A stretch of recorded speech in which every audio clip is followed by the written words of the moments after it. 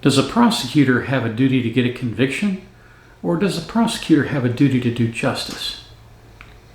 I'll answer that question in just a moment.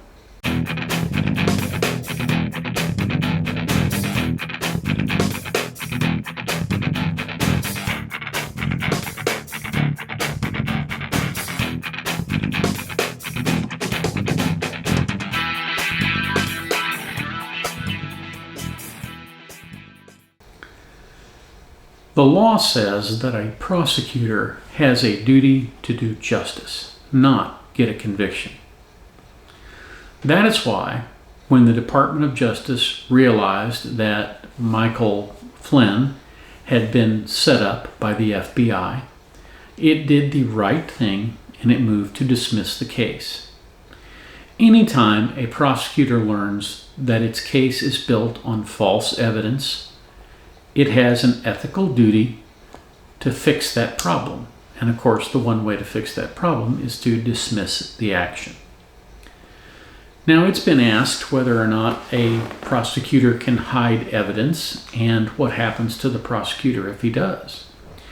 Well, he will have no civil liability. The Supreme Court has been very strong on the idea that prosecutors can't be sued for damages. However, prosecutors do serve the public, and they can always be voted out of office if they routinely abuse criminal suspects. That rarely happens, however. For the most part, prosecutors all over the country are reasonably ethical people, and they bring reasonable cases, and they don't over-prosecute.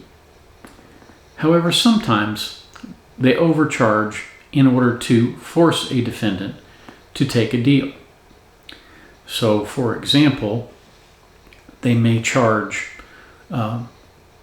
aggravated assault instead of simple assault, with the plan of getting the defense attorney to convince the client to plead guilty to simple assault as a plea bargain. Sometimes that does happen.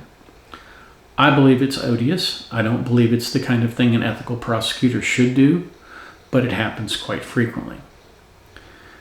Prosecutors do not have the staff to try every criminal case that comes in. And so, when someone insists on a jury trial, it gums up the works for the prosecutors. And when the defense attorney starts filing motions and calling those motions up for hearing, it tends to annoy the prosecutor, and it tends to get some relief for the client. I had a case several years ago where I defended a man who was, I believe, overcharged. But at the end of the day, he was guilty of what he was accused of doing. He insisted on a trial, and as a result, he remained free out on bail for about 9 months after his arrest, simply because he used the system to do what the system does. It allows people to be out on bail even though they've committed a crime. The bail being the device that is used to bring them back into court and answer for whatever they did. Sometimes a prosecutor's job is much more difficult than most people realize, because many times what they know is greater than what they can prove. They may have information that they cannot use in court for a variety of reasons, for example, evidence that was seized unlawfully, that absolutely establishes the guilt of a defendant. But they wind up having to dismiss that case because in order to do justice, they can't lie about the provenance of that evidence. So I hope that's cleared up some of the ethical issues and some of the questions that people have about prosecutors. It's a difficult job. Many years ago, in the 1960s, there was a television show called Dragnet. And the character on Dragnet was a person by the name of Joe Friday. And Joe Friday described a cop's job as a glamorous, thankless job that's got to be done. There are over 5,000 men in this city who know that being a policeman is an endless, glamorous, thankless job that's got to be done. I know it too, and I'm damn glad to be one of them. You could say very much the same thing about prosecutors. It's a glamorous, thankless job, that has to be done if you want to protect the public.